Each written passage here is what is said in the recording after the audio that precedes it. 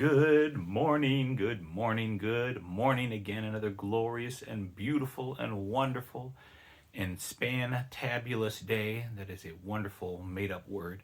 It's a good day to be alive. It's a good day to always be alive, eternally alive. Amen. Well, I want to read out of Colossians. I think this is probably a repeat from some time. I don't know when. But it is not a bad thing to stir up our minds, to repeat the good things that God has said to us, to refresh and remind ourselves of what God has said and who He is. Amen. In Colossians chapter 1 and verse 9, this is one of the prayers from Paul to his parishioners, I guess you could say, to the people, from Paul to the church, and it's a prayer that we can pray for ourselves and for others.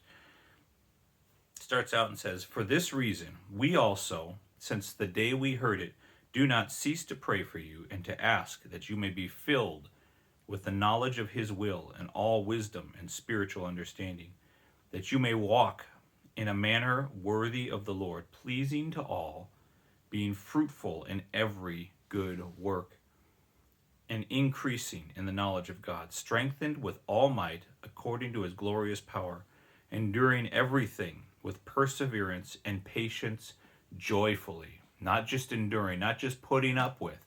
This is the prayer, that you have all might. You're strengthened with all might according to His glorious power. And that if you have to endure something, if you're going through something, and if you have to stand, it says through faith and patience, they inherited the promises of God. If you got to stand, you endure it with perseverance and patience joyfully. Joyfully. If you're doing it joyfully, it's almost like you're not enduring, right? You're standing, but you're so full of joy, you're like, ha ha ha, what a threat to the enemy. The enemy's trying to wear you down, and you're just laughing and laughing. You're like, ha ha ha ha, you're never going to stop me. You're never going to stop the word. Endure it with perseverance and patience joyfully, giving thanks to the Father. And then right here, it's a prayer still, but it's like he transitions into telling us about what God has done for us, right? Giving thanks to the Father, who has enabled us to be partakers in the inheritance of the saints in light. Not He will, not someday, not when you attain a certain level of righteous deeds, not when you finally reach the sweet by and by. It says He has enabled us to be partakers in the inheritance of the saints in light. You get an inheritance when the person who gives you the inheritance dies, right? Usually it's a parent or a grandparent or something like that. Well, the person who gave us the inheritance, Jesus, died. He already died. Not only that, but He rose again. He was resurrected with all power, and He can enforce that inheritance. He can bring it into enforcement. He says He's enabled us. The Father has enabled us to be partakers of that inheritance. What good things He has for us. What power, what life He has for us. And then it goes on to say, He has, past tense again. Not He will, not someday, not if you pray hard enough. He has delivered us from the power of darkness and transferred us into the kingdom of His dear Son.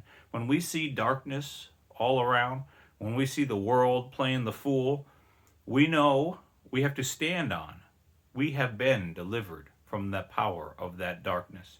Though we need to stand in the natural, and though we endure some things with perseverance and patience joyfully, we are delivered from the power of that darkness. That's where we stand.